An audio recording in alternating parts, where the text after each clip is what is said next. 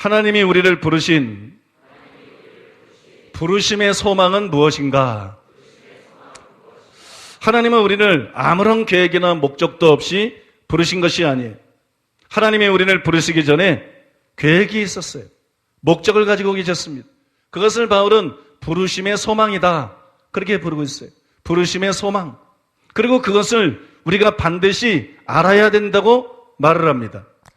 에베소서 1장 17절로 19절.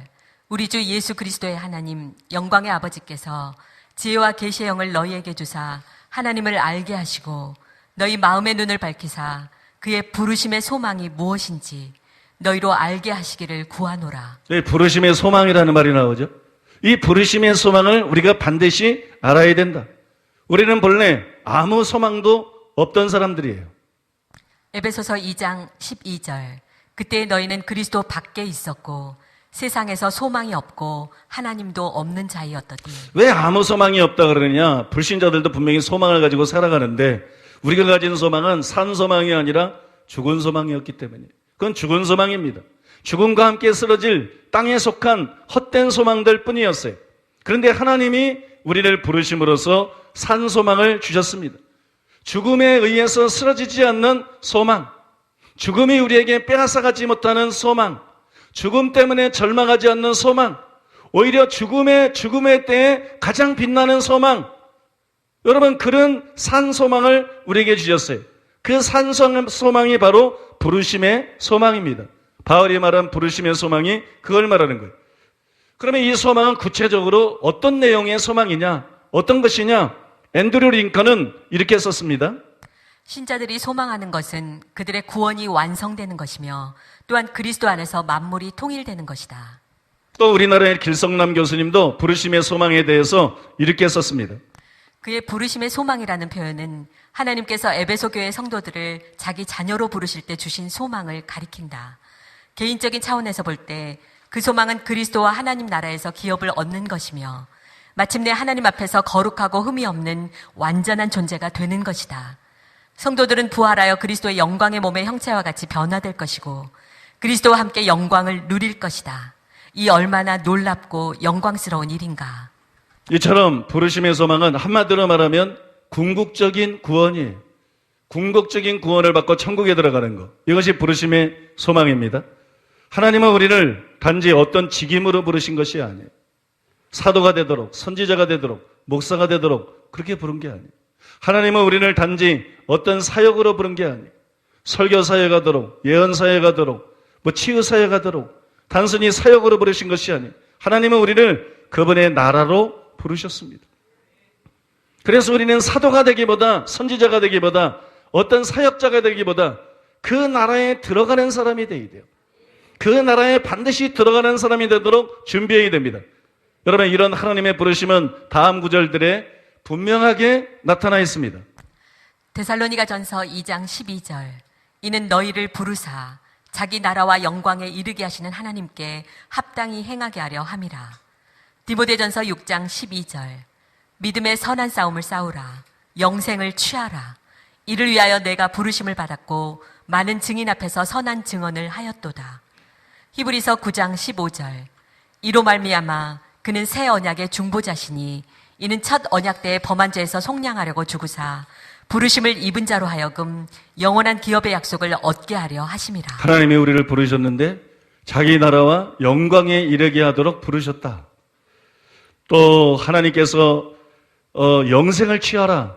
내가 바로 이 영생 때문에 부르심을 받았다. 또 여기에 보면 부르심을 입은 자들로 하여금 영원한 기업의 약속을 받게 하기 위해서 하나님이 우리를 부르셨다.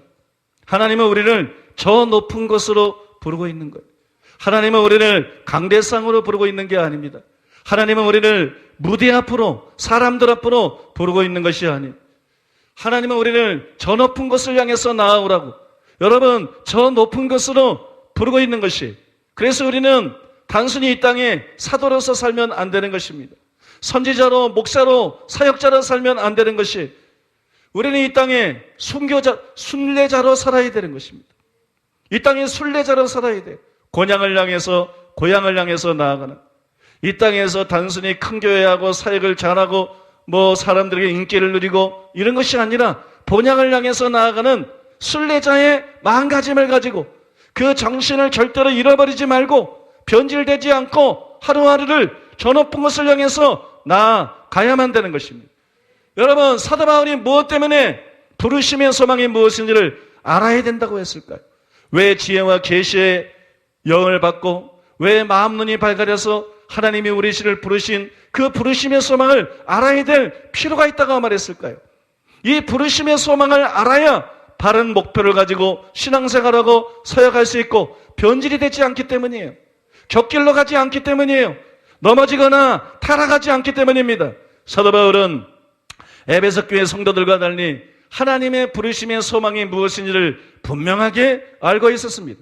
그래서 그는 사도가 되는 것보다 하나님의 자녀가 되는 것이 훨씬 더 중요하다는 것을 알았습니다. 또 사역에 성공하는 것보다 구원을 완성하는 것이 훨씬 더 중요하다는 것을 알았습니다. 그래서 그는 이렇게 고백을 했습니다. 고린도전서 9장 27절. 내가 내 몸을 쳐 복종하게 함은 내가 남에게 전파한 후에 자신이 도리어 버림을 당할까 두려워함이로다. 빌립보서 3장 7절로 14절. 그러나 무엇이든지 내게 유익하던 것을 내가 그리스도를 위하여 다 해로 여길 뿐더러 또한 모든 것을 해로 여김은 내 주 그리스도 예수를 아는 지식이 가장 고상하기 때문이라. 내가 그를 위하여 모든 것을 잃어버리고 배설물로 여김은 그리스도를 얻고 그 안에서 발견되려 함이니 내가 가지는 은 율법에서 난 것이 아니요 오직 그리스도를 믿음으로 말미암은 것이니 곧 믿음으로 하나님께로부터 난 의라. 내가 그리스도와 그 부활의 권능과 그 고난에 참여함을 알고자 하여 그의 죽으심을 본받아 어떻게 해서든지 죽은 자 가운데서 부활에 이르려 하노니 내가 이미 얻었다 함도 아니요 온전히 이루었다 함도 아니라 오직 내가 그리스도 예수께 잡힌 바 된 그것을 잡으려고 달려가노라.